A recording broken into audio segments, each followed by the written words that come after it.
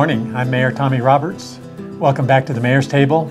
My guest this morning is City Manager Rob Mays. And Rob, welcome back. It's good to be back with you, Mr. Mayor. It's been a while since you've been a guest on the Mayor's Table. It has been. You've had lots of good guests that are experts in their fields, and I've been enjoying the episodes lately. We gave you a break. Now we've got you back. All right. We'll have you on several times here in the next few weeks. All right. Rob, this morning I want to revisit an incident that occurred in late January that involved an interaction between one of our Farmington police officers, Officer Hunter Weaver, and his interaction with an intoxicated person in downtown Farmington. Mm-hmm. Officer Weaver had been dispatched to this location in downtown Farmington to handle a call from a business owner regarding a street inebriate, somebody who was intoxicated and was in this business place. And so Officer Weaver responded, and what happened at that point is what I want to talk about. Mm-hmm. What gives rise to this incident, and it's gotten some notoriety in the press and in social media, was the fact that there was another individual who apparently observed some or a part of the interaction between Officer Weaver and the intoxicated person. And this individual's name is Ron Atzity. Mr. Atzity had a cell phone, apparently, and he took a photograph with his cell phone which portrayed the officer, Officer Weaver, standing over an individual who was lying prone on the sidewalk or the cement entrance to this business in downtown Farmington. And then Mr. Atzity posted to his Facebook page a comment. Now, before I read what the comment is, I want to say that Mr. Atzity has maintained that he did not have possession of his cell phone at the time of this incident, and that he maintains that he was not in Farmington at the time. But nevertheless, the cell phone was his, and the commentary and the photograph was posted to his Facebook page. I want to read the comment that was posted on this Facebook page. And then after I read that comment, I want to give you an opportunity to respond to it. Okay. The comment says, "Only in Farmington. Farmington police bears down Native American while cuffed. I had confronted his ass and told him you had violated his rights. He has no probable cause beating him, and I told him my app on video, and he was immediately released upon my request, but I told his lieutenant sergeant, and I think he is on paid administrative leave." And this concluded with the hashtag Stop Racism. So Rob, the clear express statement here, and if it's not viewed as expressed by our viewers, then it's very much implicit, is that this officer, Officer Weaver, had violated this intoxicated person's civil rights, that he had practiced racism, that he had beat him down, and had improperly handled his responsibilities as a police officer vis-a-vis this individual who was intoxicated. What's the real story? Yeah. Well, you point out first, the writer of this claims that he witnessed a police officer beating someone, and then he actually goes so far as to claim that he rescued this individual, from the police officer when saying, "I told him to release him," and when in fact this person had no contact with our officer whatsoever.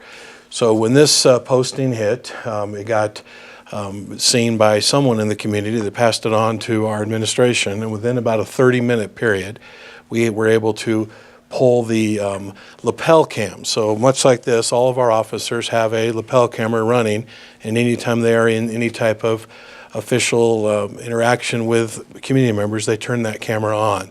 It was we were kind of ahead of our time on that. About 6 years ago getting those, and they've proven themselves to be very, very important, and never before, very important in something like this. So actually our officer arrived on the scene. The intoxicant was passed out in the floor of the entrance of the business. Our officer arrived and very compassionately helped get the individual out of the store. And then when he calls in on his radio with identification of who the subject was, Dispatch informs him that there is a warrant out, or that this individual is not a warrant, but this individual has been trespassed from that business, which makes it a crime for that individual to go back to that business. He then proceeds to place him under arrest.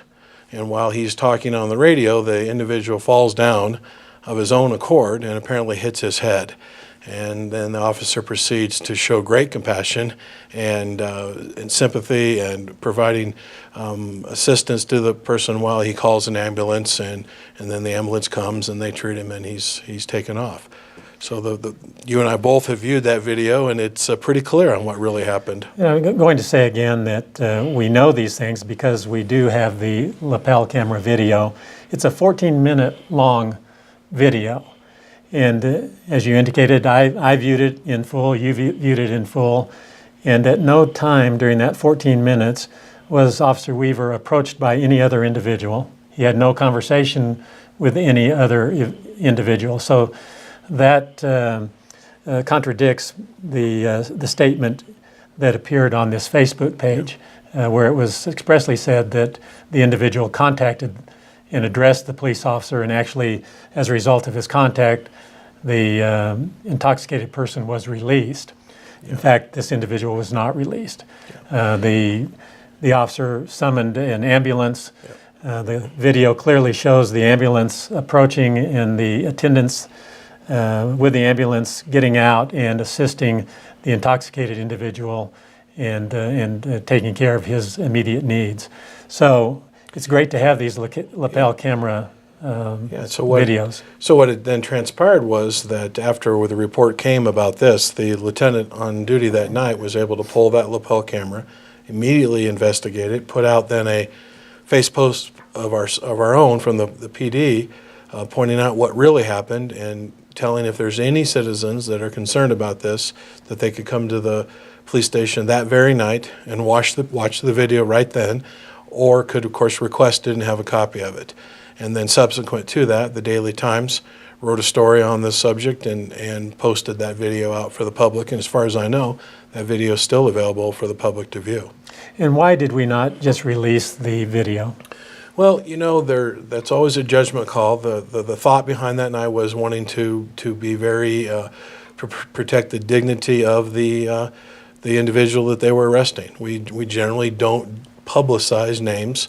If we're asked for them through a public records request, then obviously we'd make the video available. But the thought was to not put it out ourselves and wait for it to be requested. I think that's just kind of a judgment call, but we don't want to open ourselves up to criticism of someone maybe suggesting that we were trying to embarrass this individual, or because he doesn't look very good in the process of this. He's quite drunk, stumbling, and could be embarrassing to him. And they just generally try to protect the dignity of everyone they deal with, even the people they're arresting. And we do want to encourage anyone who's viewing this segment of the Mayor's Table and who's interested in seeing the video to make a public records request through our city clerk's office.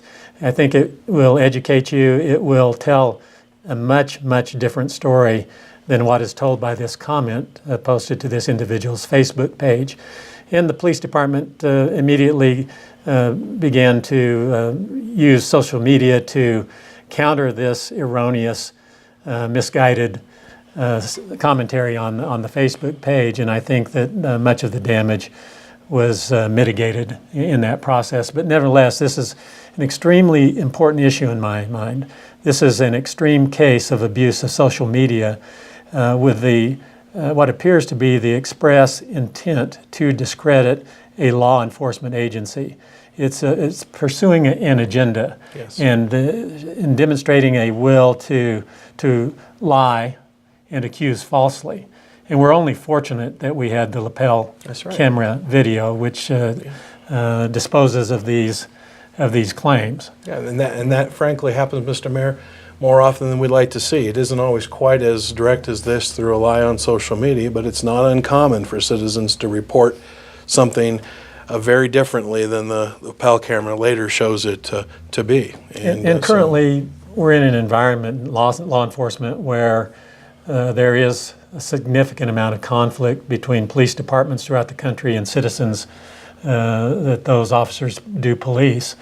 And so something like this can set off a wildfire of speculation and criticism.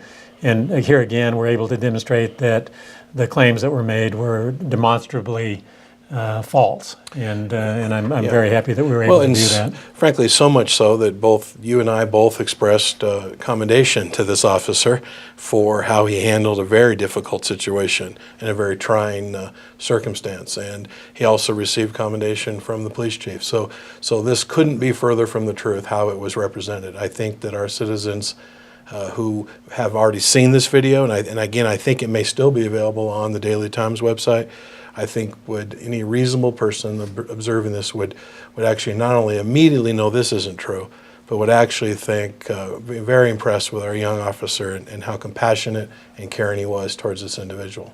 Well, there's a number of reasons why I wanted to have this as a subject of a Mayor's Table segment, but really at the top of that list was to commend our officer. Officer Weaver demonstrated great control. Yes. He demonstrated great compassion for the individual who was intoxicated and down. And not only that, the paramedics that arrived with the San Juan Regional Medical Units and the firefighters that arrive on scene, you can hear the paramedics being equally as compassionate and caring for this individual. The officer, for a period of 3 to 4 minutes, continued to try to gain the attention of the downed person, asking him to stay alert, not go to sleep, stay alert. He was concerned about the head injury and didn't want the individual to go to sleep. Yep. And so he's saying, stay with me, and continued to have a conversation directed at the downed individual. So he showed great concern, great compassion. My thought after looking at the video was that our officer really demonstrated for new recruits the appropriate way to deal with this kind of situation, and I had great admiration for this officer as a result of viewing the video. So that's really the highest priority in terms of the purpose of this discussion this morning, is to credit Officer Weaver for a job well done. And he was subjected to some negative speculation initially. I think that probably was corrected in the due course of time, but there are always skeptics who remain out there. And if there are any out there, I would encourage you to request a copy of the video or access the Daily Times archives and access it there. But I think you'll find it very, very informative as to what actually transpired. The only thing I'd want to add too is, and that's clearly the key point, but Lieutenant Malone that night that was supervising, within 30 minutes time got the full story out, got a response posted that told the real story. So he was very proactive, and I think that had a lot to do with the positive outcome and so many people in the public getting the right information quickly. Rob, I want to thank you for being here this morning and helping me with this topic. Do you have anything else you'd like to add before we conclude? I do not. Once again, we want to thank all of you for tuning in to this segment of the Mayor's Table, and we'll look forward to seeing you again next Monday.